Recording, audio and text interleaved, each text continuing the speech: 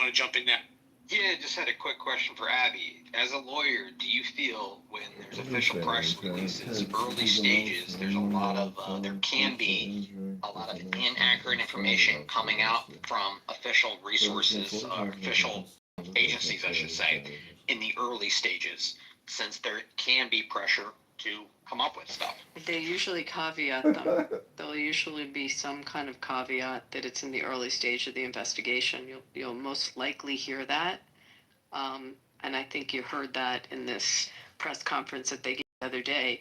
My point was, it's still going to be a lot more accurate than people going down the rabbit holes of TikTok to learn their news, and that it's still a trusted source to get updated information. But you will often, most likely, when you hear a press conference or a press release saying still under investigation, that the facts are still being formulated, and it's early stages. I mean, that's pretty common. Yeah, and I definitely agree that it's way more accurate to get your information there than a TikTok or Facebook or even Fox News, CNN, whatever you want to call it. But personally, I feel sometimes in certain circumstances, they shouldn't just say anything to the public because that could do more harm than good until they officially know. Do you understand why they released what they just released? I mean, they make decisions to go to the public when they're trying to locate someone. That was very intentional, very specific. Why they showed those videos, and they showed the physical person and what information they had. And they offered $100,000 reward. $100,000. They're using the public, and they're very specific what they release to the public and what they don't release to the public. That's very calculated. If you worked in law enforcement, I'm sure you're aware of that. Yeah, I'm not talking about the videos of actually identifying them. Oh, yeah, those need to go out ASAP. In many ways, that those can be delayed 100%. But I'm talking about not necessarily just this case. I'm talking about just general. What if it's any of the active shooter situations? Sometimes they give out just facts that I think are information too early and that doesn't do the public any good about getting partial information about who his roommate may be, or whether this person is transgender or not transgender, or if his roommate's transgender. Don't understand really how that helps, but yes, identifying things on, hey, this is what we're looking for, this is the clothes, or anything that may identify the person before they catch them. Yes, get that information out to everyone ASAP, and don't delay. I 100% get on that, I understand. But some of the other information, I just think certain agencies just should keep their mouth closed because they can do more damage. I think that's a judgment call by that particular law enforcement agency running Abby, the John Kitover, investigation. sorry to interrupt, John Kitover is broadcasting this live. He is?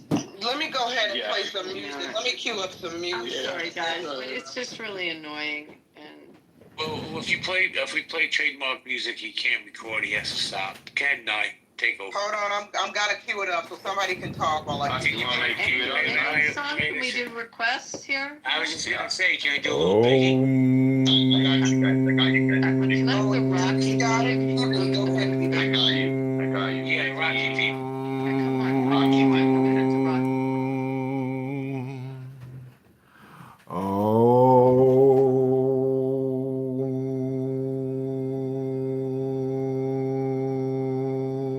This is called meditating instead of running your lips all the time. Oh.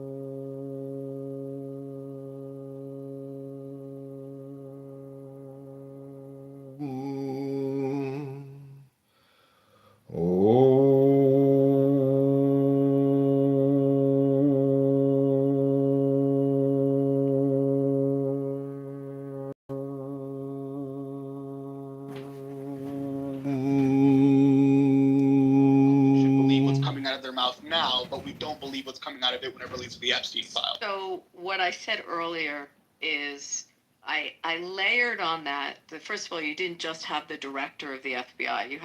You had the agent, the regional agent in charge of what would be northern Utah, and that branch. You usually have a U.S. attorney from that district. You usually will have in those press conferences. You had the governor of Utah speak. You probably have if you have the district attorney from that county, you may have the police chief from that that municipality that's affected. I mean, in most of these press conferences, it's not just one speaker. So and I gave the example that, like, in New York, when we had that shooting, what was that, about a month ago? Someone can remind me. And the dude was from Vegas, actually, that went to New York and Oh, I know what you're talking about, yeah. shot up the NFL, the building with the NFL. I mean, in those press conferences, if you remember, you had the chief of police of New York Police Department, you had federal, you have people from the Justice Department. So in these press conferences, it's usually an array. Now, whether you trust Patel or whether you trust Director Ray when he spoke before it was Patel, right. I mean, it's vetted with a lot of other people that are in that investigation. And, that's, if you don't like one, you have enough to choose from up there that, that are taking that investigation, that you should have a comfort level with it. And again, I'm also saying that versus finding some conspiracy theory on TikTok. I mean, just use your brain. Oh, no, I agree with taking the words of the FBI. The governor of Utah seemed to me very balanced through this. And by the way, I was going to put something in the chat that Gary put in his chat. You're going to be shocked that I'm the one saying this, but I don't know if you heard Bernie Sanders. Yes, I did. I listened to Bernie. Yeah. What did he say? I was amazing. I'll put it in the chat. It's actually something, Jay, you might even want to play in the room. Nice. And you think I'm the last person to tell you to do that, but Sanders came out with an excellent statement about political violence and how wrong it is. And when he gave it, he cited left and right violence. And it was actually a very balanced statement. So but I think that's what we have right now. We have to go on real facts as they come out. And again, it's not, usually these press conferences are an array of people that are working the investigation. Also, just one last thing, just to piggyback off of David's point a little bit about the unnecessary information that comes out sometimes, I'm a little bit confused sometimes too as to how the automatic assumption is that you dated a trans person, therefore you're left wing, when one of the really big and still currently very big conservative influencers is Blair White, who is a trans woman. Right? So I don't think being transgender exclusively puts you on the left when we've had multiple transgender figures that are consistently out there on the right espouting right-wing claims too and supporting Trump, including Caitlyn Jenner, for example. So, I hear you, but I think generally, if you were to poll that, you would probably see in polling that a conservative, and looking at the position that people that vote more conservatively are probably less in support, and you saw that in this last presidential election with that issue becoming front and center in that election, and people took very, very strong positions against it. As it came up with Waltz and the tampons in the bathroom, and then going forward with the whole gender issue. So I don't know. I'm not here to opine as to what the percentage is, but I'd put some money on the fact that it's a pretty high percentage. Thank you. Or not. Thank you, Counselor. Hey, Jordan, hold on, everybody, hold on a second. We gotta get a new Being speaker in. recorded? I have no idea, hon.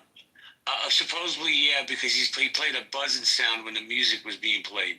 So we'll play music again in a minute, but I want to say hello to Lucky Sinclair. Lucky Sinclair, how you doing? Hey, bro. Do you want to chime in on will Charlie Kirk's death spark more violence in America?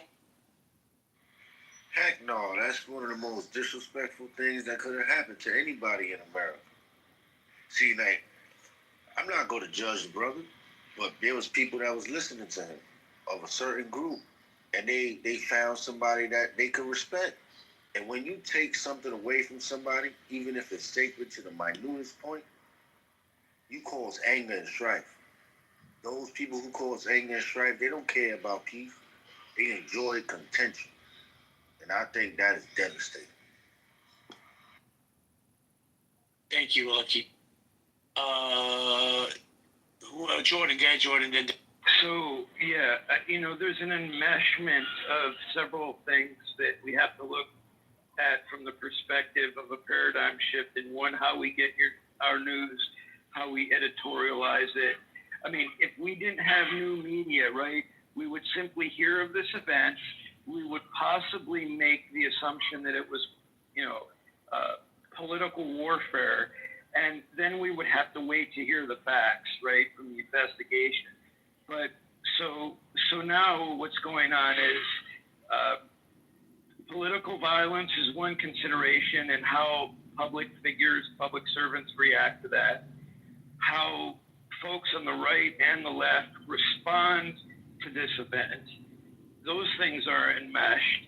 And then there's a feedback loop on how the press and political figures then respond to how we perceive things and process it in social media. So the dynamic is rather complex and confusing. And people who don't pay attention to politics very much, which is most Americans, I mean, they may be polarized, but they're not as vested in it as, say, we are. They are really lost in this. It's tumultuous and it's problematic. And so I think we need to think of all the layers and the conflation of constructs. This is really complicated stuff and very nuanced. And then we aren't diving deep into some of the content that is out there that is disinformation and misinformation. I mean, the whole thing is just an absolute mess, but it's serving some stakeholders. And I don't know how you could tease this out in a week, much less a year. So anyways, I just want to give that perspective, because I think we forget somewhat how things used to be and how things used to be processed from the perspective of government relations and public relations. Yeah, but Jordan, how things used to be processed, we didn't have $1,500 computers in our hands, and our kids are being raised by these phones. It's the truth. How many kids do you know that don't have phones?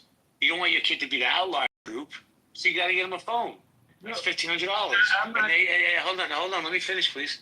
And they're being indoctrinated by these radical sites, because we as parents are being derelict in our duties to see what our kids are doing. That's really the truth.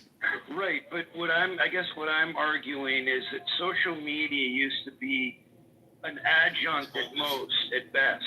Now it's a central source of media as it's consumed, and so I think I don't know I don't know what more I would say to that, other than we need to rethink all the layers that are at play here, because it's rife with opportunity for people to distort the facts even when they don't want to.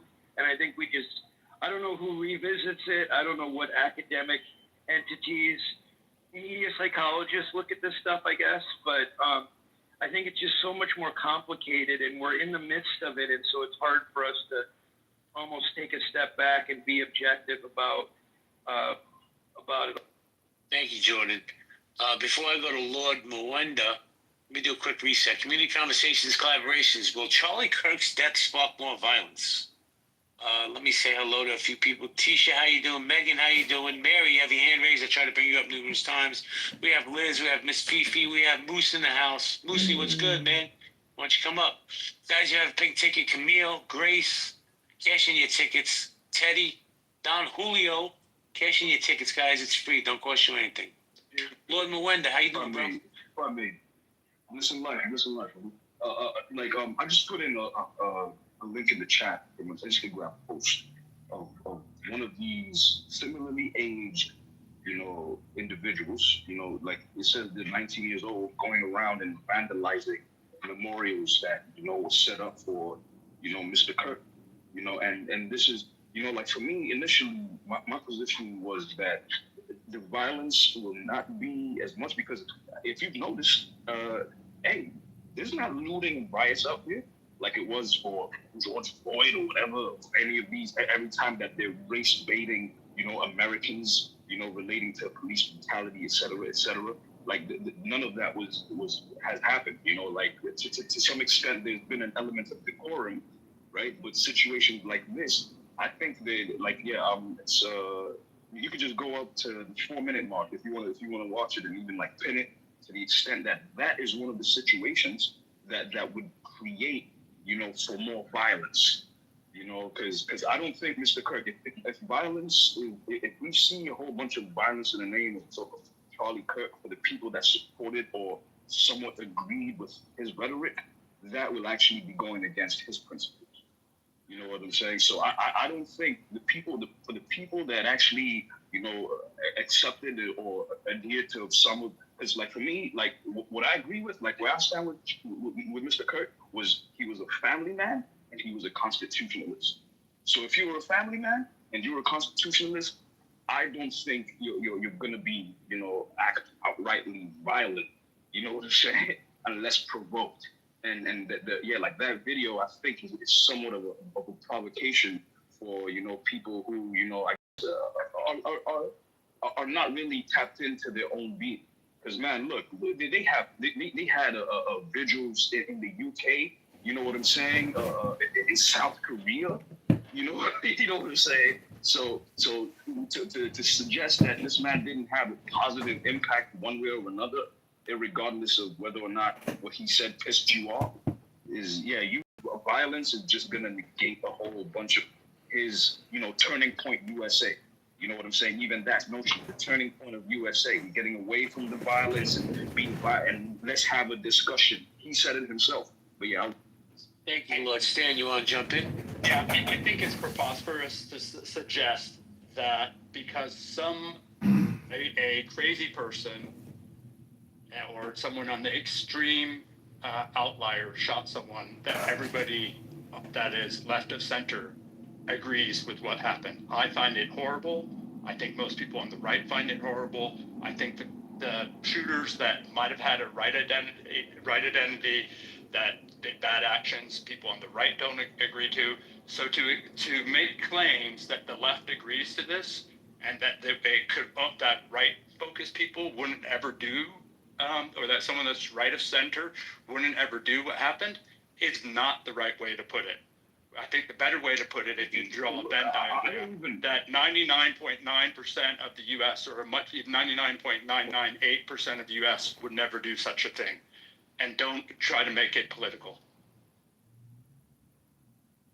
Thank you, Stan. Thank you, Lord. Did you want to push back, Lord? The whole scenario is political. You know what I'm saying? Mr. Kirk's, whole, stint was, as much as he wasn't a college graduate, right? He would go to these locations to make the young individual, which he once was, aware of the political structure, trying to get the vote. He mobilized. I think, like, if we're going to be honest, yeah, he was, part and parcel, instrumental in Donald Trump's re-election, this past 2024. So, and look, like for me, I would even call myself, right, I am conservative. I'm conservative, but I wouldn't say right wing or left wing.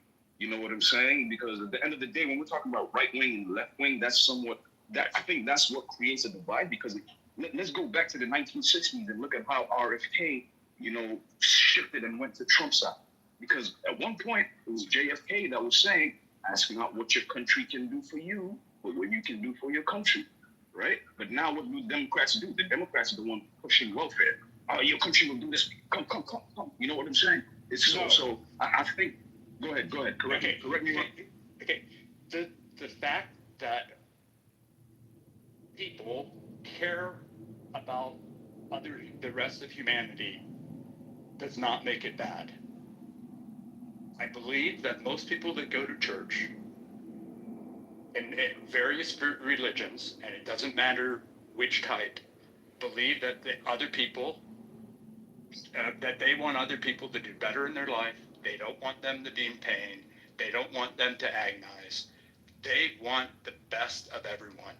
And to suggest, like you just did, that Democrats or half the people in the U.S. don't agree or are bad people because they want other people not to be bad off. I did not say That they were is bad just people. that's you're pushing an agenda that somehow you're believing that everybody left the center is a bad person and agrees with it. I'm against that. I think the Venn diagram would suggest the vast majority of Americans find what happened detestable. They don't want us to be in this situation. We want to tone down the rhetoric, not tone it up. That there were people, but if you even look at it, what was the majority group of people politically that, how did they politically identify those who were celebrating Mr. Kirk's death? I want to just point out to what AB or JB put above, up above, is that causing us to tone down? No, that's gonna cause people to turn up. It's like playing Giacomo. He wants to stoke the fire because, like this guy. I was just watching a video. This guy was planning this for a year. He doesn't want the people to be silent. He wants to fucking peg you. Trump wants to get these people like to start speaking and talking and letting out their fucking hate, and so he can put a tag right on you. Right. So then, Hopefully- if that's and a the toe case, tag. why should any leftist start bowing the knee and start playing both sides of it? The Republicans would never step down to acknowledge what's happening on their end. That's fair game. That's fair game.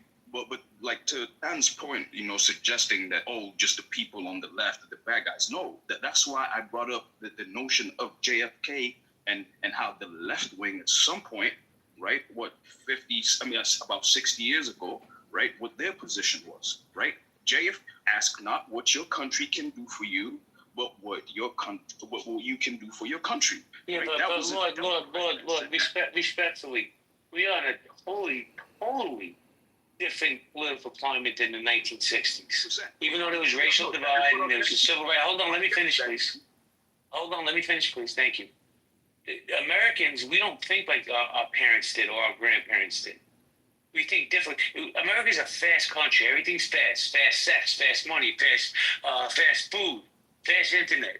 Everything has to be fast. We don't live like we did in the 60s, bro. But go ahead. Fast everything, including fast women. But anyway, like my point, like I was saying, right? Like I was just pointing out, like especially today, like there was that direction of how the Democratic Party has shifted. The left has shifted to a more welfare state and somewhat socialist, communist type of situation. You know what I'm saying? So, and that's the behavior that we see being, exhibited by most left-leaning people. That's why I was asking the gentleman, like, if you're gonna talk about, bring up bad people or anything like that, what is the statistic, or from your observation, the people that were celebrating Charlie Kirk's death, right? Were they left-wing or were they right-wing? Yeah, but what you're saying is, and maybe you could fact check me. I'm just gonna the comparison you're making. The comparison I'm gonna make is, then all Republicans are MAGA, and we all know all Republicans are not MAGA. All Democrats didn't cheer this man dying. Exactly. Like I said, for me, I'm not. If you go look statistically, I understand the that less than 20 basis points of Democrats or people left of center had an opinion on this, and might be even less than 10 basis. It might be less than 1 basis point, and a basis point is 1/100th of a percent.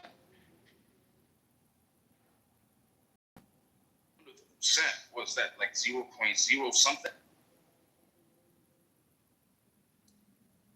1/100th of a percent. So I said 10 to 20 basis points would be my bet. So 1/10 to 1/20th, or 1/10 to 1/5 of a percent. So let's keep it simple for us that are not as in math. If is it a 2-to-1 ratio, 1-to-1 ratio, 5-to-1 ratio, 10-to-1 ratio? You know, because that's where the question of the room comes in. Will his death spark more violence, right? And who will be the initiator or who will be poking the bear of violence here in the United States of America? Because so far it's been 3 days. That happened on the 10th. It's been 4 days. We're entering, you know, September 15th. So 5 days, and we haven't seen any riots, you know, and cities being somewhat destroyed, you know, businesses being destroyed because, you know, Mr. Kirk was assassinated, you know, at the end of the day, albeit it was by a civilian, you know, like the situations where the riots happen when it's black people involved, it's generally from, you know, it's mostly like state sponsored, let's put it that way. But regardless, we're not seeing, you know, the kinds of riots that happen when, you know, somebody, where it's politicized, where the death of an individual is politicized. Wait, we haven't seen riots for the death of an individual politicized? In this particular situation, we're not seeing widespread violence and riots and you know, destruction of property. Well, there was a riot the other day. It was the white men fight back thing that happened. There was a riot and property was damaged. There was damage to property and all that good stuff. Not to the same extent as the previous riots have been, but it was still a mass gathering of them doing it. Yeah. Was it a riot or a protest? I'll double check the extent of the damages. I'm not sure if it extended down to riots. Let's see. And I guess the same question I would ask you on these what you call protests that I call a riot. Where would you make the distinction? If there's vandalism, if there's property damage, if there's a blockage of traffic, if there's recklessness, misdemeanors, felonies, at what point do you turn it from protest to riot? Just curious. I'm not putting words in your mouth. I'm just curious where you in your mind draw that distinction. Yeah, I would say a riot probably comes to the point once it's gotten, once like you start seeing like shit get broken, et cetera, and all that type of stuff. I'd consider that riot. Yeah. So shit getting broken. So do you think were the BLM riots right, or were the BLM protest riots? Yes, I do agree with yeah, that. I mean, I don't have a problem with this about what happened. By my home, like 1 block from my apartment. Yeah, like I don't have a problem. Like the difference between the what left and the right about is that I don't have a problem with shit? this about the So shit getting broken. Shit getting broken is what you said. Yeah. So what happened on Columbia's campus when they took over the building and when they destroyed the property, or what happened? Yeah, shit got broken. Is that a riot? That being a riot, well. You just said shit getting broken. They busted up. That one I probably couldn't say much to because I'm not as familiar with what happened at Columbia. Okay, so if I tell you a whole building got busted up and they took a man, they kidnapped him. Okay, then yeah, it's a riot. Okay. What about like in front of Union Station in Washington where they like if you're just pointing out things that are obviously riots, I'm just gonna say yes. No, no, it's no. No, she's not. She wants to say she said right away. XG, I'm doing the opposite. XG, I'm doing the exact opposite. I'm pointing out things that were written in the press as protests. That's why I'm asking you. So I just gave you an example of something that happened that was written up as a protest, not a riot. But I gave you exactly what occurred, and I used your word to describe what you think a riot is. So a bunch of people beating up on cops or on park police, destroying federal monuments and defacing them and causing damage and attacking park police and would that be a riot or a protest? I'd say that's a riot. Okay, but it was written up in mainstream media as a protest. So yeah, I'm not jumping on you. I'm just saying, like, it's interesting where people have the distinctions, and it comes into play in very significant ways, not just as the public is hearing it in the media, but in legal cases. And this happened right after the what we're going to deem as riots in Minnesota. Okay, we can agree they were riots. Yeah. and buildings were burned. So someone threw a Molotov cocktail and burned up a building, a pawn shop, and killed a father. I forget how many kids the dad had, but killed a man. And when he went to trial, they were presenting it as protests and not riot. And the judge, and there's a very good article about this, I can send it to you.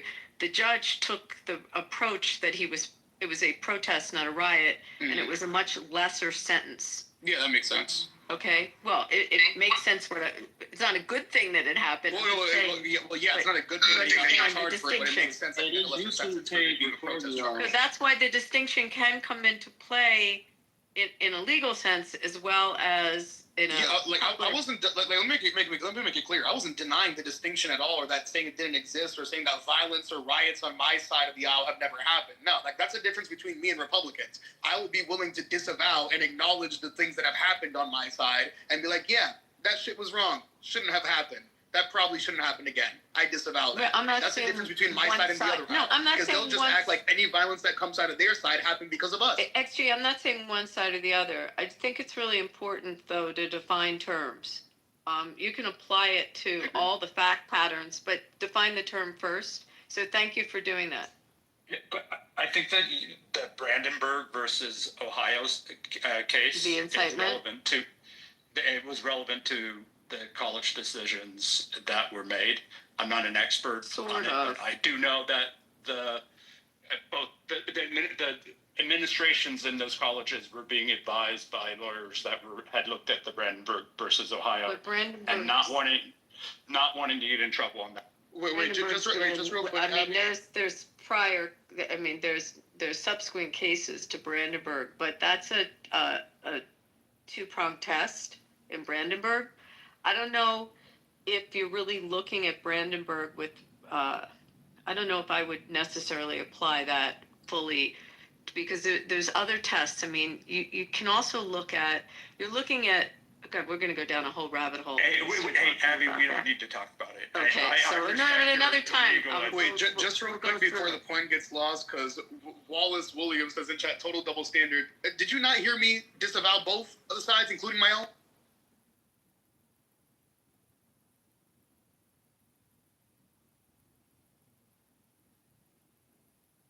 I don't know if he's writing in the chat. Remember always, though, with any of these, that the policing powers of a government, of a state, specifically of a state, the policing powers that are given within the 10th Amendment, give that governor of the state the power to protect the health, safety, and welfare of the citizens.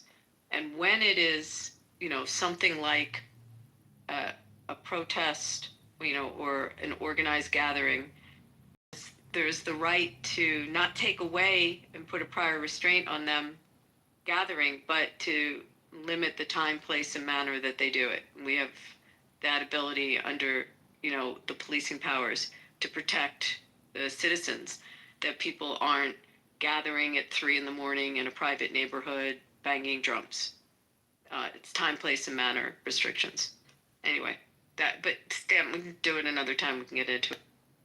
Wait, what's Brandenburg? It's a leading case of Supreme Court case. It had to do with a guy. I'm going to do my best to remember this. He was a Ku Klux Klansman, and he was speaking to a group of Klansmen. And the question was what he said and whether what he was saying was incitement to then, was there an intent to incitement, and was there a likelihood that as a result of his words they would be incited to then go, if he said, hey, there's a Jewish or a black community down the street, go rip them apart, versus there's blacks and Jews that live in your community and they're bad people, like difference. So they look at the likelihood of what he is saying could actually cause that crowd to do something, and was the speech intended to have the crowd do it. I'm doing my best. This is come off a while ago, but that's basically kind of what Trump did on January 6th. And they used, and Brandenburg, that was why the case kind of came back into the limelight again. And there's been subsequent cases since it but it has to really have a likelihood, and you have to show the intent, and the words that are spoken have to be words that are inciting words. So you have to really go through the fact pattern of it. And I mean, if that was to be litigated, it didn't get litigated with Trump. It was back and forth as to what he said. And in Brandenburg, the outcome of the case was that the Klansmen did not incite them. Although, if you look at the fact pattern, you would say, oh my God, like that's horrible what he said, but it didn't reach that level to take away his ability to speak, to take away that freedom to speak. It has to be, it has to fit this test. So I'm doing my best on this. I try to Google it. I guess read if I'm saying it wrong. how vague can you get before, or how vague or Good how question. little vague can you get before you start getting charged with something? It's a really good question. You have to look at the fact patterns. I would say Google the Brandenburg and then probably Google subsequent cases. Okay. And there's been several in front of the Supreme Court.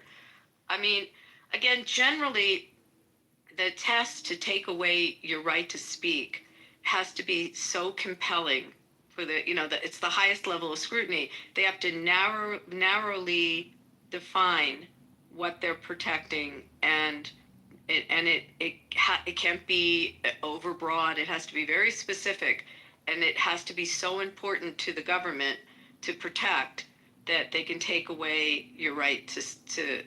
Well, on that topic, right? Since we're talking about speech right now, plus to hit it back a little I bit more took to you the down title. that No, rabbit you're all hole. good. I apologize. No, you're good. Just to get a little bit more back to the title, on the same topic of speech, right? There's one point, and I'm, as you've noticed, I'm a lot more level-headed and calmer than I usually am in this room, right? So I've been trying to keep it respectful. So understand that when I say this, I'm not trying to stoke flames. I'm just trying to put what I'm seeing. When I look at social media, right, and I see the conservatives with like that 20,000 person website of people's names and addresses or workplaces that have been making fun of Charlie Kirk or have been making light of the incident or celebrating it, it feels like those same right wingers and some of the politicians, left wing too, that have called for like gun control in I guess wake of this incident, are completely working and spouting things antithetical to what Charlie Kirk wanted. I'm pretty sure Charlie Kirk would have just owned, quote unquote, whatever people were making fun of his death had he still been here. I'm pretty sure he would have just acted like it was just memes on Twitter, not to take it seriously, and that this is just the left being gross again, quote unquote, right? But for the most part, it feels like the free speech warriors and the people that are chanting the fact that he died in the name of free speech are now the same people scrutinizing every piece of free speech that's on the internet because they don't agree with the fact that they're celebrating his death or they think it's vile. Now, granted, you can think it's vile, you can think it's disgusting, but in the same way that Charlie didn't deserve to get shot over what he said, right? I don't believe people deserve to be losing their jobs over their personal feelings towards what's going on. Because guess what? That would have been the same exact standard that Charlie Kirk would have wanted. And as much as I disagree with him on 99% of what he says, he probably would have agreed with me that people shouldn't be getting fired over that, because conservatives were all on that plane when cancel culture happened in 2016 with the whole Gamergate stuff in 2014 prior to that. And conservatives were losing their jobs over simple jokes because liberals were triggered online, et cetera, et cetera. And conservatives are super anti people getting fired over making memes on the internet or jokes. But now it's completely 180 because it's one of theirs that got hit. Well, before anybody continues, Abby, BB, I have to make a phone call, so either you're going to keep it open or you want to close it. No, we'll keep it open for a little and then we'll close it. If you give me about 10 minutes, I'll come back. Thank you. Abby, I just sent you a message. It's about exactly. I was just writing a comment in a group because somebody is saying the exact same thing about free speech, and I found it, but I sent you, and it was talking about what you were saying exactly at the exact same time. There's people with their hands raised. I can't figure out how to bring them on stage. I feel so bad. I'm clicking on it. I'll bring them up. Don't worry about it. Oh, but here is, wait, can we just have a moment? Augustus? Hello? It was a good day. Sorry, Augustus, go ahead. Hello? Can you hear me? Yeah. Yes, we can hear you. Go ahead. Yeah, I was just coming up to respond to the question at the top.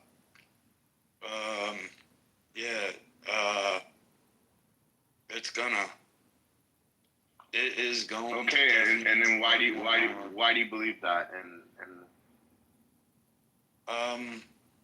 Well, because it's being promoted to the left, that the left can get away with these sorts of things, that they'll be heroic in these sorts of moments.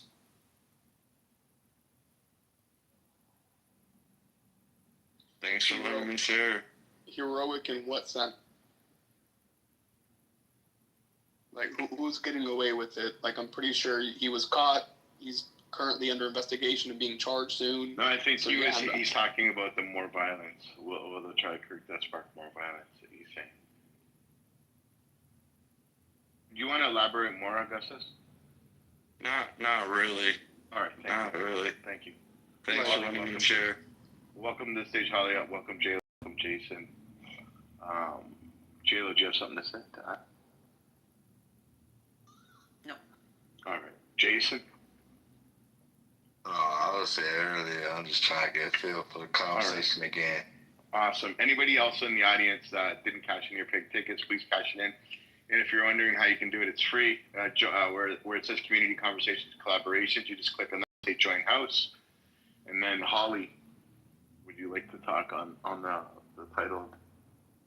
Yeah, I mean, sadly, I'm kind of with Augustus on this, and it's a scary state of affairs. On the flip side, even though I've been really down in the dumps about all of this for days, today I've really started to see and recognize that the antithesis to the evil, I've just been blown away with the international outpouring and support for Charlie and just what he stood for. And also, I have close to me, I won't say who, that has always been very anti-Christian, and she also happened to be a massive Charlie Kirk daily watcher and supporter, and she is making comments to me that I think she could be leaning and moving in the direction of becoming a believer because of, in large part, this whole thing. I mean, there's something happening.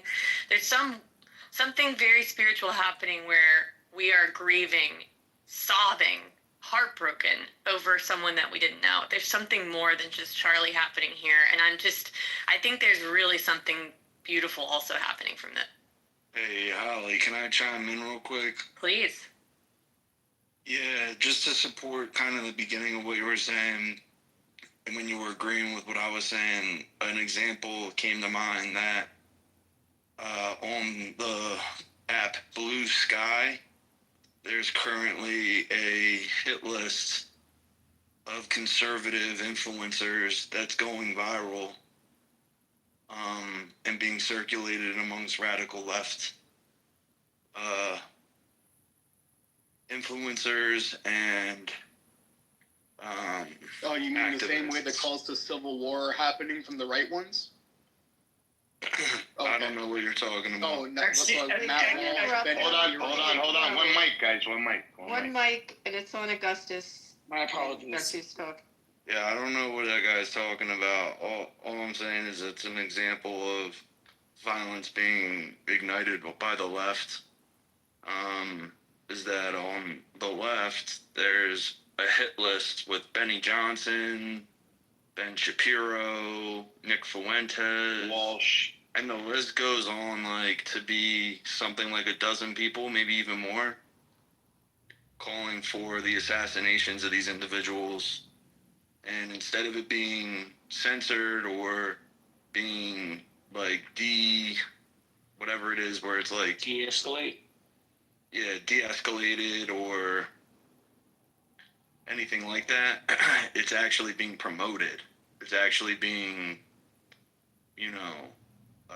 promoted on that app, Blue Sky. So check into that, guys. Yeah, let's check into 4chan. Hold on, everyone. Hold on, everyone. One mic, Galen, cash in your pink ticket, and I'm going to put the mic to Buttercup. Wait, one sec before Buttercup. XG. Go ahead. When I was giving my example, I wanted to throw something else kind of also at you when we were defining what's a riot versus a protest. You get a bunch of crazy sports fans that like to climb on Oh, that's poles riots and- immediately. Yeah. Is that a riot? Yes, I Okay. would say Philly fans are the worst at that. Thank you. Thank you. I am. Well, Philly sucks, respectfully. I'm Do you sitting. hear this shit? Augustus, please. I just want to. Man, listen. I'm sitting here with bated breath to see what Buttercup has to say. Oh, me too. So, Buttercup, how you doing? I think BB knows what I have to say. No, I don't. That's why I No. said Mike's on you. Go ahead. I wish you two would get a room already.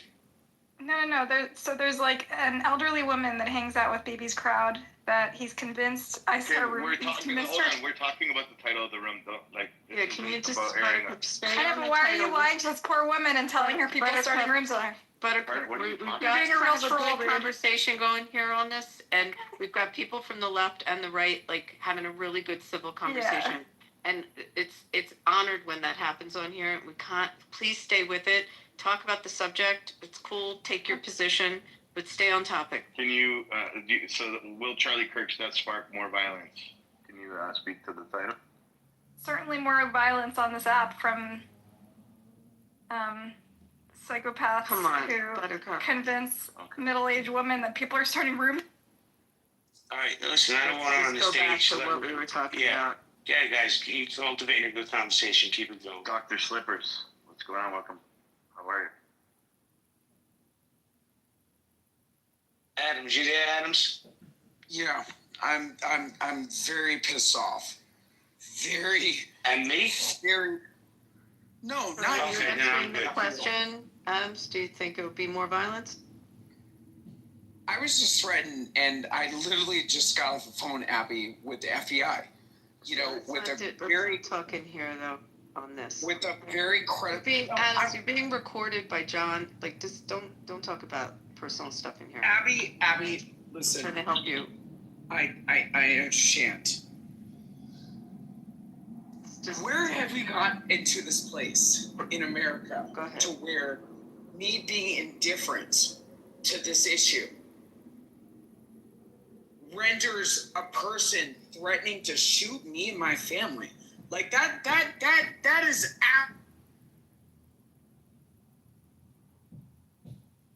Engineer, see in the matrix. at this point, Abby, people have lost their minds, and Dr. Slippers, you're in the my matrix, heart, bro. my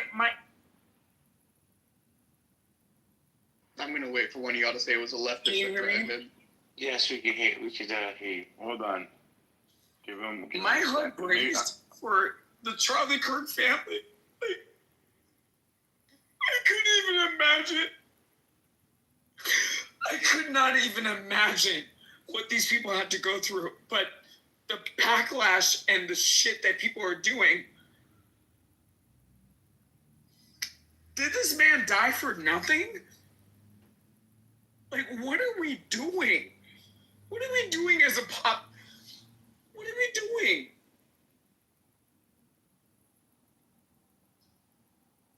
This is so incredibly heartbreaking. You know, both sides engaging in political propaganda that, in my opinion, is it's detrimental to the furtherance of us as an American population. And Take a breath, Adams. Jay, do you know how scared I was? Like, earlier today, like, somebody literally, like, threatened to unalive me and the rest of my family over not meeting a moment that people feel I should have met. I'm tired of this. I'm so incredibly tired of it. Like, I'm so tired of it. Like, this is so fucked up on so many different fronts. I mean, if anybody saw Charlie Kirk's wife leaning over her husband's casket, I couldn't imagine how that woman feels in this moment, but I've been there. saying goodbye to a loved one, and having so many people having so many strong opinions to be said. We need to be kinder to each other. We do. We have to. We must.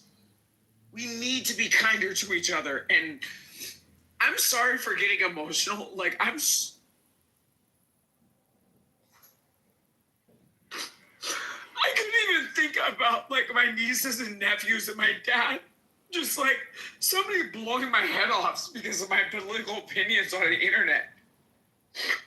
I don't have to do this. I don't have to be here. I don't have to, create this face on the internet. Like, I have a great job. I have a great family, a great career. And the fact that somebody would devalue my life to the point of trying to take me away from my family over some shit that I said on fucking social media.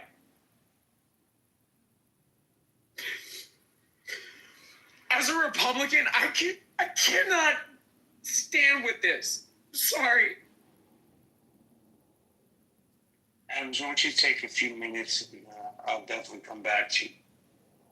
Let me say hello to J-Lo and Dr. Catherine. Hello, ladies.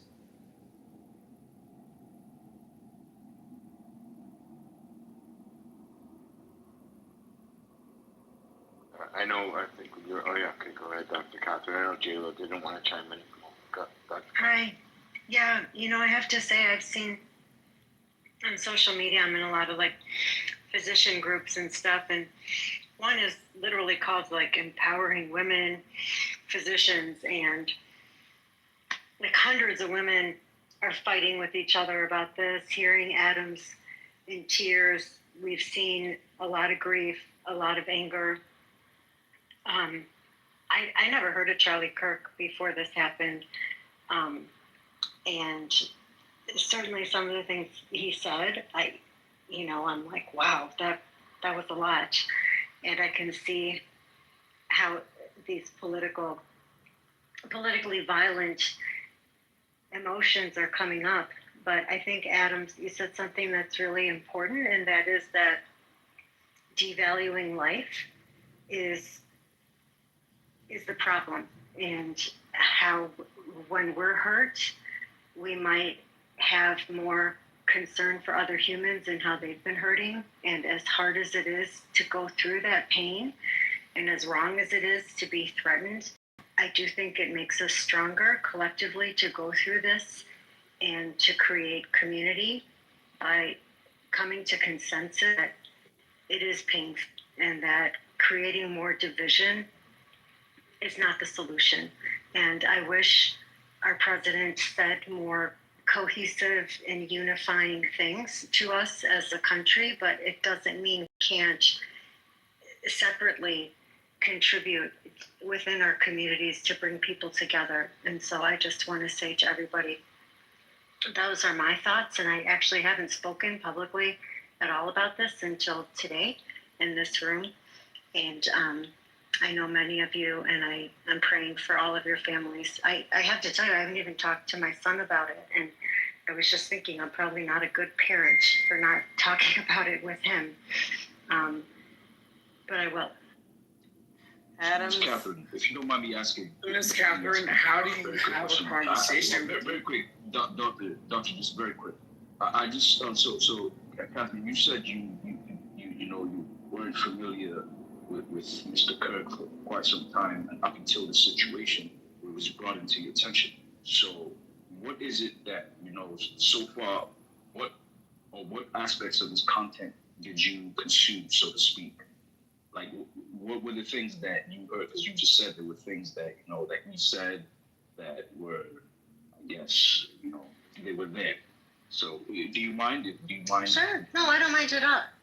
I do, as a working woman who has left my children with other caregivers, and, his stance on how women should, really get their MRS degree when they go to college and, be home with the children. And I do think that an intact family is the best for raising children, but I think how we define family should be more about love and partnership and community within the family more than just it has to be a man with a woman and the woman stays home and the man goes to work, and some of those conventional conservative thoughts that where I live and where I work and when I'm on the front lines in the emergency department, that's not most of the time what I'm seeing. And I wouldn't want children to think that their families aren't as valued as what he says a woman should be as a mom or a family should be. So I do think So that's there you is now a sound more like modern it takes a family. village to raise a child. No, but what I was asking is like specifically like not what your interpretation of what he said. Like what were some of the things? Because that's the other thing that I've had to contend with. Especially on this clubhouse and even in real life. When I'm seeing people like with actual interactions, right? Is that the lack of context that exists, and that's why I was asking you that question. I was like, what is it that you heard from his mouth, that was somewhat problematic, or from something that was beneficial, because it's a two-way street, one way or another. So yeah, that's what my. Yeah, thank you for the question. And like I said, I've only gotten to hear some of the context and of who he is, and I do think a lot of times it's taken out of context. So I tried to see more of what he was saying, like when he was talking about DEI and vetting a pilot, based on the color of his skin and having doubts because of how they've shifted some criteria. I thought that was pretty polarizing statements, and I like that he's willing to debate and listen and goes into colleges and really, I think it's great to see young people caring about family, caring about politics, caring about community. But I do think he was a polarizing figure, and I do think that has, unfortunately, we do have to look out for when we take public positions and they're not popular, people do get killed. And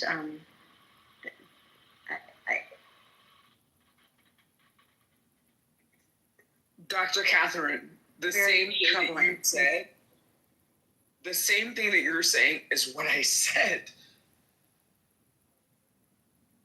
And it received this level of backlash.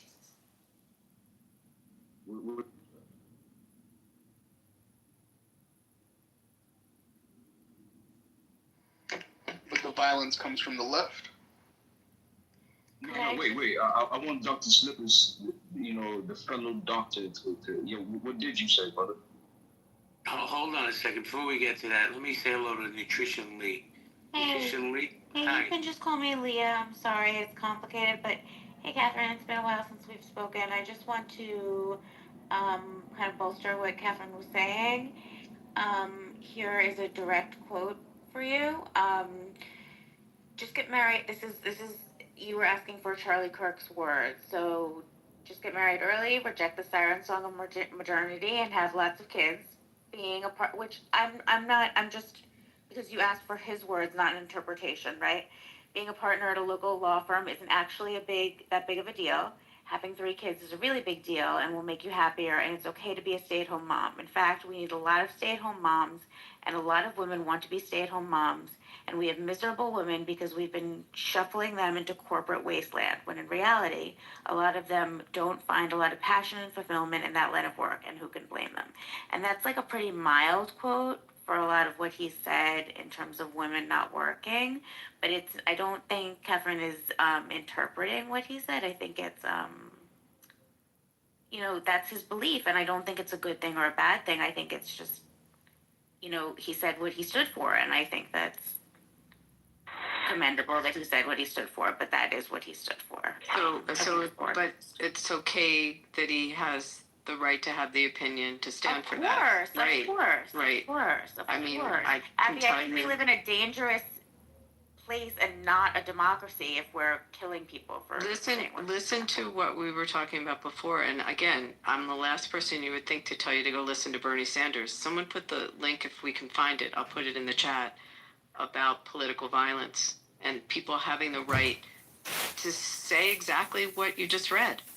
You know, and hey, anecdotally, I've had the career with kids and a partner in a law firm, and some of his saying what he says, sometimes you have to take pause. You look back and you think about how you were as a parent, and would things have been different if you took a different direction and you were a stay-at-home. It does give you pause. It's not, I'm not saying right or wrong, but it's not building so is wrong hot. to make people think. Abby, okay. really quick, could you give me any example of somebody on the right also denouncing both sides of violence like Bernie did? Yeah, I mean, I haven't searched it, but I'll find it for you. I mean, that happened to be in Gary's chat. So we all just stand, Dr. Jordan, you know, those of us in Gary's chat just saw it. But, I mean, if you'd like, I'll search and I'll find statements from maybe, you know, someone in Congress, or, I mean, I will look for it and find something for you. But it's just a general statement about exactly what you just heard. Having an opinion, and it's okay. That's what our foundation is. Well, let me ask you a question. Hold on. Let me ask you a question to Leah. Leah, do you find that the statement you just read, do you find that to be problematic, or you had no issue with it? So I also work, right? I'm a dietitian. I have my own practice. I work, and I think, and I'm a mom, and I think you can work and be fulfilled, and also be a fantastic parent, right? So it's not that I have an issue with it. I would say I think there are also stay-at-home moms who are very fulfilled. It's that it's not my path, right? Are there things that Charlie Kirk said that I agree with? Yes, but that's not. I think I came up because I wanted to. The question for Catherine was like, is that your interpretation or is that what he said? And that's what he said. But I think that's okay. Like, should he have been murdered for saying what he believed in? Like, no, that's, to me, that's insane in a healthy democracy. I mean, how many of us were raised by stay-at-home moms? I mean, I'm older, so maybe my parents' generation was a lot more stay-at-home moms, but just curious. Everyone on the stage was raised by a mom? My mom worked part-time, but I wanted just to add really quick, I mean, and this is with no intention to be prophetic, but Charlie's wife had a law degree, held a JD, she was working on her PhD in Christian leadership. I suspect that there is now discussion over who will further the movement, because if she takes over that position, it kind of challenges the construct of the trad wife notion that he perpetuated. So I don't know that that's necessarily problematic, but I just want to say one more thing, and that's that this guy, I think he was very articulate, but without question, he was a provocateur. His job was to be a bit of a provocateur. That's what pundits do. That's what other people on the periphery of political figureship do, right? And so that was his job. That doesn't mean that in any way, shape, or form he deserves what happened to him. But the question is, free speech absolutist, he should be allowed to say whatever the heck he wants, and people who respond to him should say whatever the heck they want.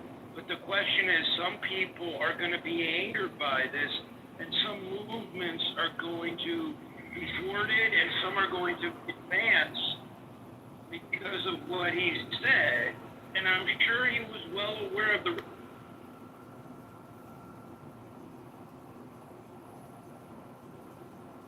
Well, to speak on the risk, he met with a security company a couple of weeks before he was assassinated, and they told him he needs to put bullet-resistant glass around him and he shouldn't be doing these outdoors. He said he would take it into mind, and he would get back to him. He never got back. Excuse me, JB, can I get in the queue? It's your turn, Brian. How you doing? Hey, good evening, everybody. Thank you for having me on stage and giving me the opportunity to speak. Salute. I just wanted to salute to everybody. I see we got Dr. Catherine here on stage, and there's some prominent people in this room right now. I would like to salute to everybody that's commenting in the chat and engaging with their words as well. I would just like to say my condolences to the Charlie Kirk and his family, the beautiful family that he left behind, those beautiful blonde, blue-eyed babies that he left behind, and his wife. I think it's horrible when I see people just trolling Charlie Kirk or laughing about what happened to him. I mean, what happened to him was horrible, and I'm still hurt. Even though I had Canelo and Crawford in the UFC this weekend, I was badly hurt because what I seen, and I can't believe they aired it on TV, and it's crazy because your kids seen this, bro. Your kids seen this. Everybody's kids seen it. My kids seen it. And this is what we're raising these kids on, bro. Good American fucking assassinations, bro. It's horrible. To have that man to be sitting in the audience. I mean, this is a guy that's not even violent. This was a good guy. And the more the father, a husband, a religious man, and because you didn't like that he said he's pro-abortions, you people want to look. If he feels a certain way, you can feel it. You don't gotta kill nobody, bro. Not like that, bro. And it's sad, bro. I'm really hurt. I can't stop thinking about him and his beautiful family. God bless everybody in this room, and God bless Charlie Kirk. That was an amazing fight, wasn't it? I thought Crawford dominated. I thought it was boring. Yeah, I don't really want to talk about that because of the seriousness of the topic. No, fuck Crawford, fuck boxing, bullshit. I'm sorry, fuck you on that because I love it and it's our lifeblood here. So sorry. I thought it was a boring fight, to be honest with you. But Canelo didn't bring his A game. I wish Canelo or went down. Poor Canelo went. Almost packed. Yeah, it was. Anyway, to answer the question, XG, I started to put some stuff in the chat. Yeah, what's up? I just did my best with this. So Mike Johnson, and I'll try to get the video of it, recorded a video message, and I put his quote in the chat. Also, the governor of Utah, Spencer Cox, also made a very beautiful statement about having moral clarity and stopping the violence. Now, just real quick, in those quotes that you just mentioned, and I'll take a look at them for sure right now. I have to, those I'm quotes that you like the mentioned, last they have, in the same way that Bernie denounced and listed specific examples from both sides that he denounced, they have as well. I'm going to find, I have to sit and listen to old videos of them. You're killing me. Oh, no, I thought you had already. That's why, my bad. No, but I'm just, my quick search, the National Governors Association came out with condemning it with a statement. And then there was a co-sponsored resolution in Congress by 52 House Republicans also reaffirming the same statement. There was a joint statement from college Republicans and Democrats together. But I got to sit and listen to the videos for you. Okay. The only reason I asked for that the only reason I asked for that part specifically is because there's always this narrative of the rhetoric has to tone down the rhetoric, and I always hear the word "we," but it's only always pointed at the left that has to tone down their rhetoric. They're the problem, et cetera, et cetera. That's always happened. Yet there's always a refusal of acknowledgement on the right of anything that's happened for them. Plus, anything new that happens becomes a left-wing attack, regardless if it was a left-wing. Wait a second. Hold on. Let me just say this. Have you been listening to me, XG? Because I said Chuck needs to shut the fuck up, respectfully. Yeah, but you're on the left. I'm not on the left. I'm in the middle.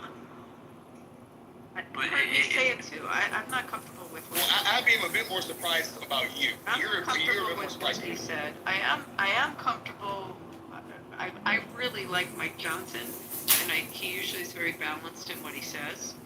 He's also very much a man of faith, and I respect that about him. So I will listen to the full video from Johnson, and I really am impressed with the governor of Utah. I didn't really know much about him before. Well, But Abby, also I tell you what, it's just my view. Mike Johnson's has done a way better job than anybody thought he would when he first came in. I know, and he's crossed the aisle quite a bit. I mean, he's pissed off some far-right Republicans as he's done it, but he's crossed the aisle and he's worked well with Hakeem. And you can't take that away. I mean, that's what they're supposed to do. They have to get legislation through. But I promise you, XG, I'm listening to this room too, but I will listen to the videos and try to find them for you. The other thing that people haven't talked about is the fact that Mr. Kirk was poised to run for president one day. And so we need to kind of factor in provocateurism with his political ambitions and how perhaps he had to cater to a wider base or perhaps a more narrow demographic. So these are things being careful what I say because of Congressman Kitover is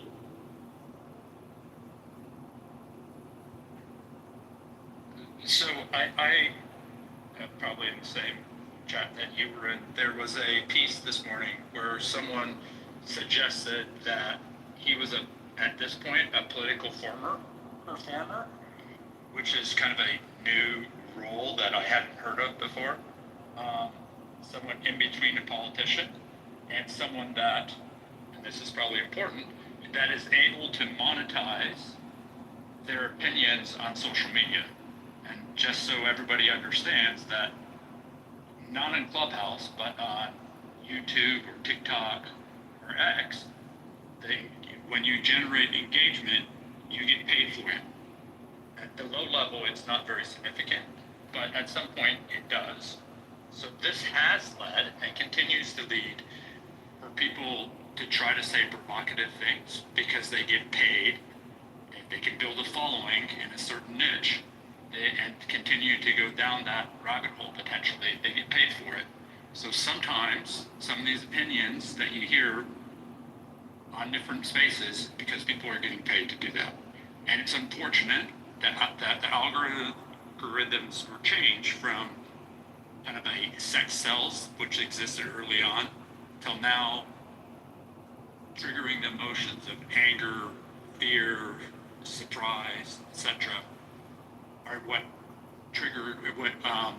works better for